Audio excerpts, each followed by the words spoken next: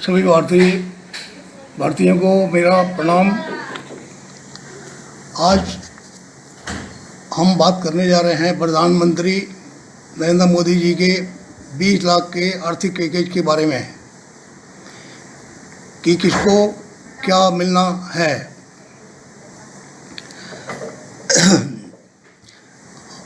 जैसे कि लघु उद्योग वाले हैं, किसान भाई हैं, रेहड़ी पटरी वाले हैं, मजदूर हैं, इन सबको मुश्किल से 5 लाख करोड़ ही मिल पाएगा। ज़्यादा से ज़्यादा 15 लाख करोड़ बड़े उद्योगपतियों को ही मिलना है, जिनके पास पहले से ही पैसे की कोई कमी नहीं है। उनके पास बाज़ार से, विश्व बैंकों से अपने शेयर जारी करके पैसे मिल जाते हैं। कहानी परेशानी तो जो गरीब लोग हैं, लघु उद्योग वाले या किसान हैं, मजदूर हैं, रेहड़ी पटरी वाले हैं, उनको परेशानी है। 15 लाख करोड़ में से कितना पैसा केंद्रीय सरकार के मंत्री नेता खाएंगे, कितना पैसा राज्य गवर्नमेंट के मंत्री नेता, इसमें सभी आ जाते हैं, कितना खाएंगे, यह सब हम जनता को कोई नहीं बताता। और ये 20 लाख करोड़ रुपया कहाँ खर्च हुआ, कोई नहीं बताता। ये 20 लाख करोड़ रुपया किसी पार्टी या किसी का निजी नहीं है, हम सब लोगों को, जनता का है। मैं आपको यह जानकारी देना चाहूँगा, लघु उद्योग वालों को बैंकें कितना पैसा दे रही हैं। जो लघु उद्योग चला रहे हैं उनको, जिनको पहले से ही 10 लाख रुपए बैंकों ने दिए हुए हैं उदाहरण के तौर पर, उसको बैंकें कहती हैं 10% हम आपको और देंगे, यानी 1 लाख रुपया। क्या लघु उद्योग चलाने वाला इन लॉकडाउन के दौरान अपने कारीगर, कर्मचारी, स्टाफ व खुद नहीं खर्च कर लिया होगा उसने, तो इस पैसे से उसका क्या होगा? यह तो बात वो हो जाती है कि ऊँट के मुंह में जीरा डालने वाली बात है। ऐसे में लघु उद्योगपति जो देश की रीढ़ की हड्डी है, उन लोगों को रोजगार कहाँ से दे पाएगा? शायद वह खुद ही हथियार डाल देगा। जब खुद ही खड़ा नहीं हो पाएगा तो लोगों को रोजगार कहाँ से देगा? वह खुद ही बेरोजगार होने की कगार पर है।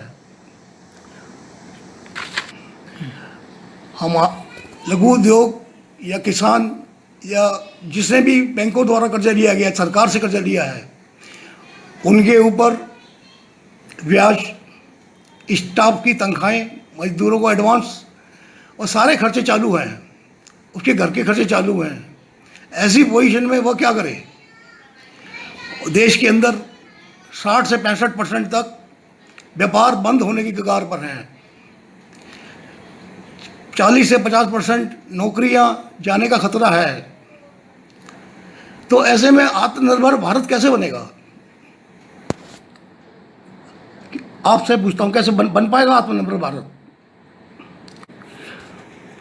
आत्मनिर्भर बनाने के लिए कुछ लोगों को त्याग देना पड़ेगा।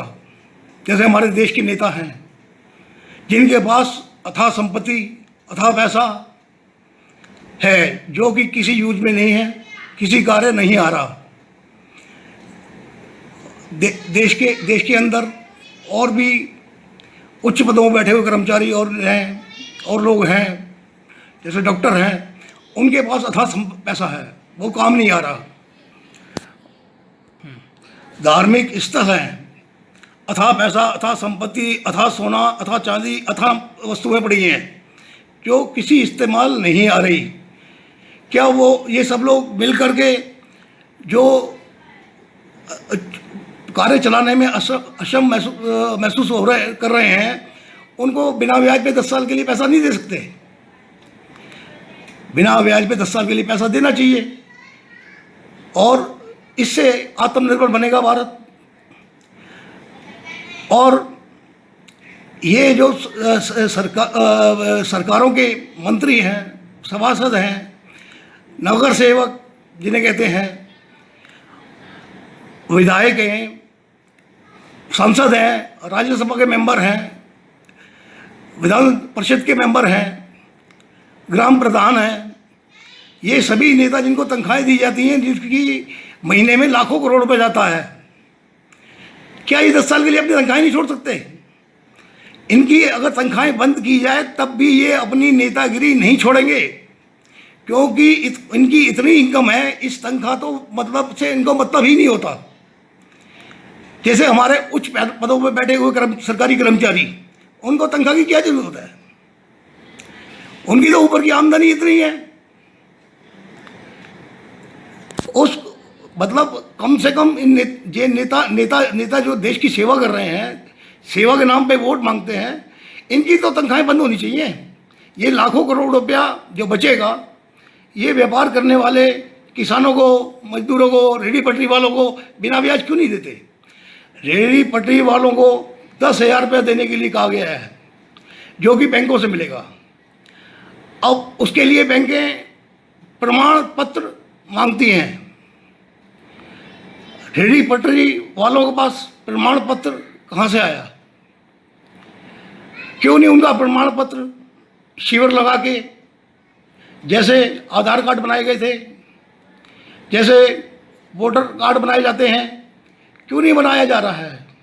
ये बेचारे दलालों के चुंगल में आ रहे हैं, क्योंकि इन्हें 6 या 7,000 रुपया ही देते हैं, बाकी खुद खा जाते हैं।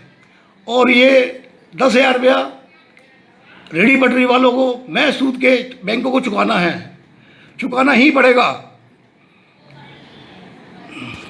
सरकारों में बैठे हुए मंत्री, सारे नेता लोग क्यों नहीं पैसा खाना देश का छोड़ देते?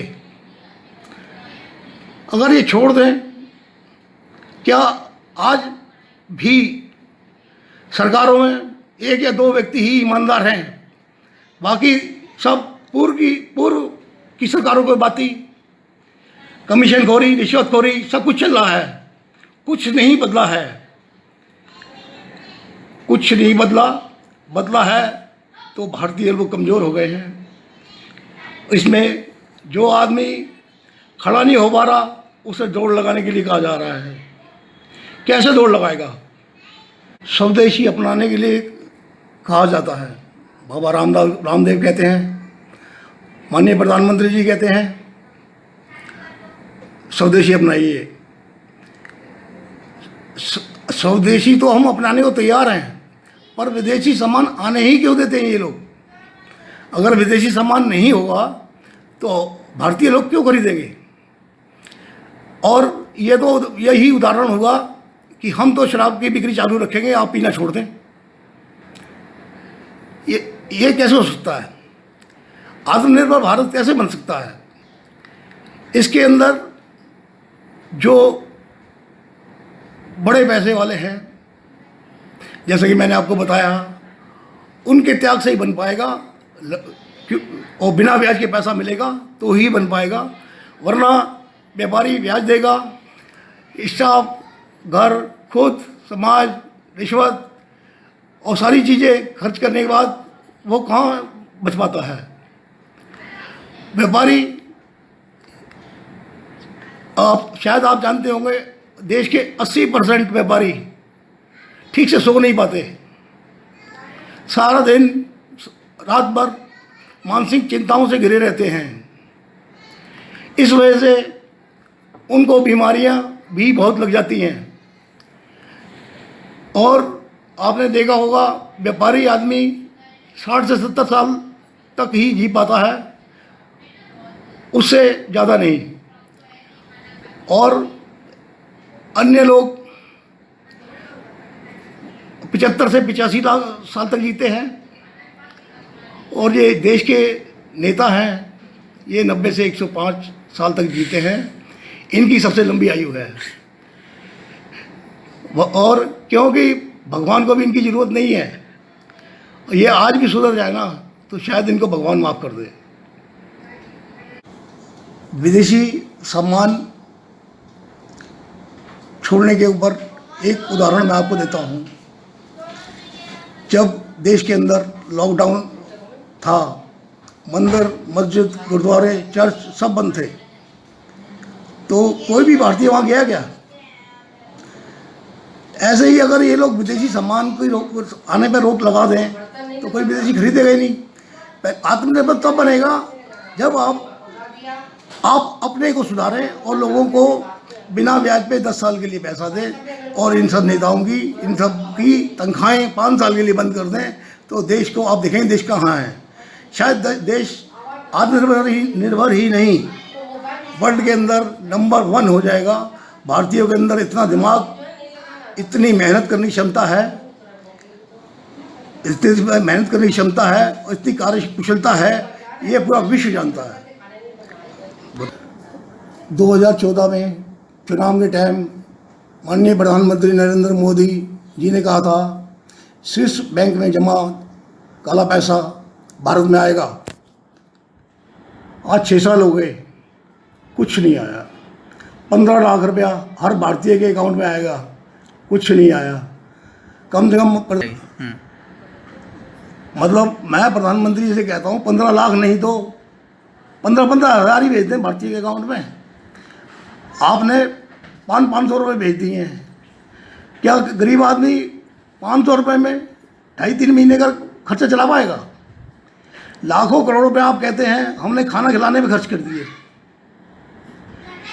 लाखों करोड़ रुपए खर्च कर दिए, जबकि मजदूर सड़कों पर, रस्तों में भूखा प्यासा बिना चप्पल, बिना जूते के जा रहा था।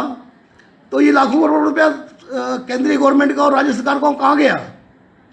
ये आप हिसाब कैसे हिसाब बनाते हैं, समझ से बाहर है। लाखों करोड़ का खाना मजदूर खा गया, लाखों करोड़ का।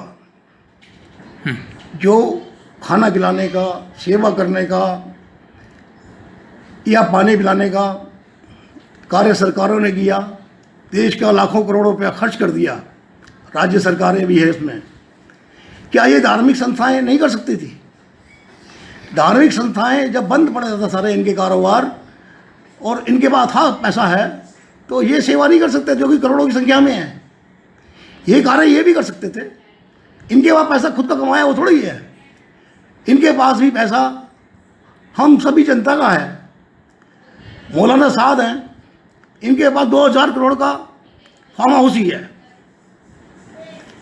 और कितनी संपत्ति होगी ये शायद जनता को जानकारी नहीं है। धार्मिक स्थल चलाने वाले इतनी कौन सी मेहनत करते हैं, कौन सा व्यापार करते हैं कि इनके पास अथाह संपत्ति आ जाती है। इन नेताओं के पास हजारों करोड़ रुपया, लाखों करोड़ रुपया आ जाता है। ये इतनी कौन सी मेहनत करते हैं? ये अब मैं आपसे बात करूंगा मध्यम वर्ग की, जो कि देश के अंदर बहुत परेशान है, जो भूखा तो रहता है पर किसी से नहीं कहता, कपड़े तो साफ पहनता है पर परेशान रहता है। इनकी मदद करने कौन आएगा? समय भगवान तो आएंगे नहीं। सब टैक्स देता है, कार्य करता है, परेशानियां देखता है, पर इसके लिए कुछ नहीं है। क्या ये भारत नागरिक नहीं है? यह मध्यम वर्ग टैक्स भी देता है, चंदा भी देता है सार्वजनिक कार्यक्रमों के लिए, और दान भी देता है धार्मिक स्थलों के लिए, और सारे कार्य करता है, पर अपने लिए कुछ नहीं है। शायद जब पैदा होता है तब भी कर्जे में होता है जन्म उसका, मरते समय भी उसके ऊपर कर्जा ही होता है। मैं सभी भारतीयों से पूछता हूँ, क्या आपको लगता है कि सिर्फ बाबा रामदेव, अंबानी, अडानी व कुछ कंपनियां ही भारत को आत्मनिर्भर बना देंगी? ये संभव है? हम 130 करोड़ भारतीय है, जिसमें 1 लाख आदमी तो सुखी है, बाकी सब दुखी हैं। कैसे बनेगा आत्मनिर्भर? कैसे बनेगा सशक्त भारत? हम भारतवासी पहले राजाओं के गुलाम थे, फिर अंग्रेज़ों के गुलाम हुए और आज की सरकारों के गुलाम हैं, आर्थिक गुलाम हैं हम लोग। हम आज़ाद कब होंगे? कब हमारा जीवन सुखमय होगा?